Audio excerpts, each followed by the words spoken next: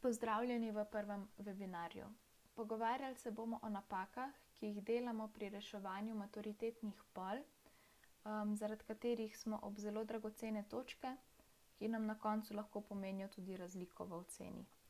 Pa kar poglejmo prvo napako. Pisanje intervalov. Recimo, da imamo nalogo, ki od nas zahteva, da zapišemo definicijsko območje za funkcijo f od x je enako koren iz x minus 2. Vemo, da je to korenska funkcija in da je korenska funkcija definirana tam, kjer je izraz pod korenom nenegativno število. Torej, x minus 2 mora biti večji ali enako nič, oziroma x mora biti večji ali enako 2. Če to zapišemo v obliki intervala, imamo definicijsko območje je enako od 2 vključno z 2 do neskončno. Postaviti moramo oglati oklepaj, ker imamo tukaj le večje ali enako. X je lahko tudi 2, torej mora naš interval vsebovati število 2. Oglati oklepaj nam nakazuje, da je število 2 del tega intervala, medtem ko nam navadni oklepaj pove, da število 2 ni več del rešitve. Torej smo eno rešitev spregledali oziroma jo izločili in ta rešitev našteje ene točke. Druga napaka je zapis množic. Recimo, da imamo nalogo, v kateri imamo podani množici A in pa B. B vsebuje števila 3, 4, 5. Naša naloga je, da izračunamo A presek B in pa A unija B. Te naloge so ponavadi podane tako, da imamo podano črto in na njo zapišemo rezultat. Pa poglejmo. A presek B. V A presek B je število 3. Zdaj, če tako pustimo, to ne bo pravilna rešitev. A presek B ni število 3. A presek je množica, ki vsebuje število 3, torej moramo obvezno dodati oglate oklepaje. Podobno tudi pri uniji. Unija vsebuje števila 1, 2, 3, 4, 5. Pri uniji moramo začeti z oglatim oklepajem, našteti vse elemente, ki jih ločimo z vejicami.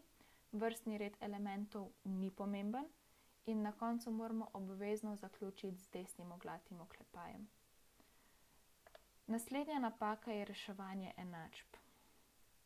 Recimo, da smo reševali enačbo in prišli do zaključka, da je x vlomljeno 2a minus x enako 2/3.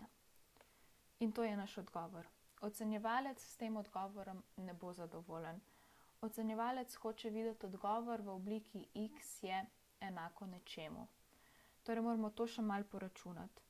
Če obe strani pomnožimo s 3 in pa 2a minus x, dobimo, da je 3x enako 4a minus 2x, oziroma x je enako 4a petin. In to je rezultat, s katerim bo ocenjevalec zadovoljen. Poglejmo pa še eno napako pri reševanju. In to je, da zapišemo vse ničle enačbe x na kvadrat minus 16x plus 4 je enako nič. To rešujemo z diskriminanto, torej minus 16 na kvadrat minus 4 krat 1 krat 4, kar je enako 15 krat 16. Tako dobimo, da je x1, 2 enako minus b, torej 16, plus minus 4 koren iz 15 vlomljeno 2. Če okrajšamo ulomke, dobimo 8 plus minus 2 koren iz 15.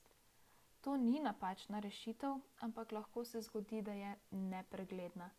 Zato je dobro, če obe rešitvi napišemo še sami. Torej x1 je enako 8 plus 2 koren iz 15 in pa x2 je enako 8 minus 2 koren iz 15. Poglejmo naslednjo napako. To je napaka, ki se zgodi pri zaokroževanju. Poglejmo kar na konkretnem primeru. Recimo, da moramo izračunati 45 deljeno pi. Če izračunamo 45 deljeno število pi, dobimo takšen rezultat. Če pa izračunamo 45 deljeno približek za število pi, za približek vzamemo 3,14, pa dobimo takšen rezultat. Vidimo, da se naša rezultata razlikujeta že na drugem decimalnem mestu, kar pomeni, da če bomo ta rezultat, v katerem smo vzeli približek, uporabljali še naprej, se bo ta napaka samo povečala. Torej bomo dobili samo večjo napako in če bomo tisto napako zaokroževali, se lahko zgodi, oziroma se bo zagotovo skoraj zgodilo, da bo ta zaokrožek napačen. Torej, po zelo nepotrebnem smo zaradi zaokroževanja dobili napačen rezultat, zato moramo vedno uporabiti originalno formulo v izračunih in ne približkov. Okay. Naslednja napaka je pri risanju grafov funkcij. Pri risanju grafov funkcij moramo biti pozorni, da narišemo kar se da natančen graf, in to lahko naredimo samo tako, da narišemo vse izračune, ki smo jih ugotovili o funkciji. Poglejmo na primeru. Narišimo graf funkcije f od x je enako x minus 2 ulomljeno x. To je racionalna funkcija. Narišemo takole koordinatni sistem, os x, os y. Pol je v točki x je enako nič, ker je to ničla našega imenovalca, in si ta pol narišemo. Kvocient vodilnih koeficientov je enak 1, torej je vodoravna asimptota pri y je enako 1. Ničla naše funkcije je število 2 in to so naši podatki, ki jih moramo upoštevati. Dobimo, da graf izgleda takole. Takole, tukaj bi mogli iti čez dvojko, malo bolj natančno, takole. Če si te podatke vrišemo v naš graf, lahko naredimo bolj natančen graf, bolj smo mi sigurni sami vase, da smo naredili pravi graf, pa tudi ocenjevalci so na koncu lahko bolj radodarni s točkami, ker smo narisali še dodatne stvari. Naslednja napaka je reševanje enačb s kotnimi funkcijami. Recimo, da moramo poiskati vse rešitve funkcije oziroma enačbe minus 2 sinus x plus 1 je enako 2. To malo poračunamo in dobimo, da je sinus x enako minus 1 polovica. Zdaj, naučili smo se že, da enačbe te oblike imajo dva rezultata. Torej, x1 je enako arcus sinus od minus 1 polovica in x2 je enako pi minus x1. Arcus sinus minus 1 polovica je enako minus pi šestin. Torej je naš x2 enako 7 pi šestin. Ampak to niso vse naše rešitve. Če bi iskali samo rešitve na intervalu od 0 do 2 pi, sta to naši dve edini rešitvi. Tako pa iščemo vse rešitve, pa moramo zapisati to v obliki minus pi šestin plus 2k pi, kjer je k celo število in unija 7 pi šestin plus 2k pi, kjer je k ponovno celo število. Zelo pomembni so teli naši k-ji in pa da zapišemo, da je k element celih števil. To zelo radi pozabimo in ta k našteje ene točke.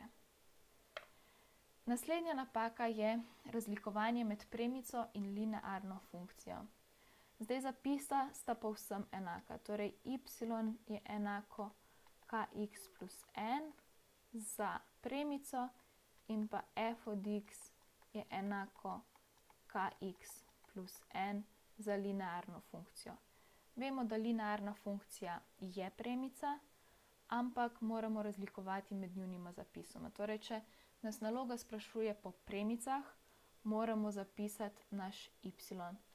Če nas naloga sprašuje po linearni funkciji, pa moramo zapisati v obliki f od x. Naslednja napaka se zgodi pri besedilnih nalogah. Recimo, da imamo zdaj besedilno nalogo, jo bom prebrala. Izračunaj prostornino telesa, ki ima za osnovno ploskev elipso s polosema 4 cm in 50 mm ter višino 1 decimeter. Torej, imamo nek tak ploščat val, ki ima za osnovno ploskev elipso in pa višino 1 decimeter. Takole si narišemo skico in imamo recimo tukajle elipsa, za katero vemo, da je a enako 4 cm in b je enako 50 mm. In vemo, da je višina, torej tale stranica, je enaka 1 decimeter. Izračunati moramo zdaj prostornino, torej koliko meri prostornina telesa. Najprej izračunajmo ploščino osnovne ploskve. Torej, ploščina elipse je enaka pi ab, oziroma v našem primeru je to 20 pi kvadratnih centimetrov.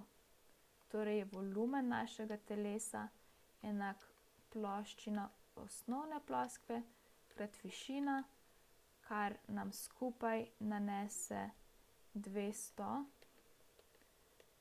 pi kubičnih centimetrov. Tukaj moramo biti pozorni na to, da zapisujemo naše enote. Naj bo to stopinja, centimeter, decimeter, sekunda, karkoli. Pozorni moramo biti, da vedno zapišemo tudi enote. Naslednja napaka, ki se zgodi, je ta, da narišemo kar se da natančno skico in na skico zapišemo kar se da veliko podatkov, s katerimi se bomo pomagali pri reševanju naloge.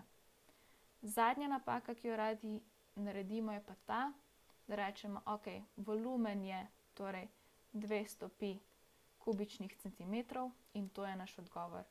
V besedilnih nalogah moramo vedno odgovarjati v celih povedih. Torej, ocenjevalec s tem odgovorom ne bo zadovoljen, bo pa zadovoljen z odgovorom v obliki, recimo, prostornina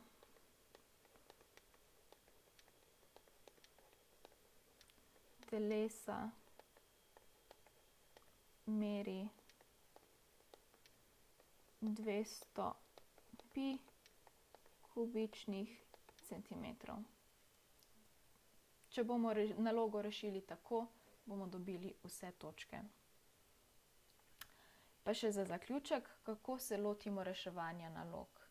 Za začetek si nalogo dobro in temeljito preberemo, ugotovimo, kaj naloga od nas sploh zahteva, kaj moramo izračunati, kako moramo to izračunati in razmisliti, katero orodje potrebujemo, katero znanje in tako naprej.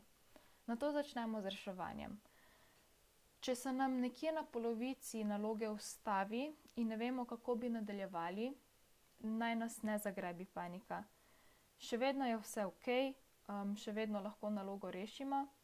Lahko recimo povemo samo, kako bi rešili, napišemo kakšno enačbo, ki bi jo v nadaljevanju naloge potrebovali, in lahko se zgodi, da bomo že samo zaradi neke enačbe, ki smo jo napisali, dobili kakšno dodatno točko. Tako da na ocenjevalno polo vedno napišemo čim več, kakšno idejo, ki smo jo dobili, kakšno enačbo, ki jo bomo uporabili, in samo tako bomo pokazali vse, kar znamo.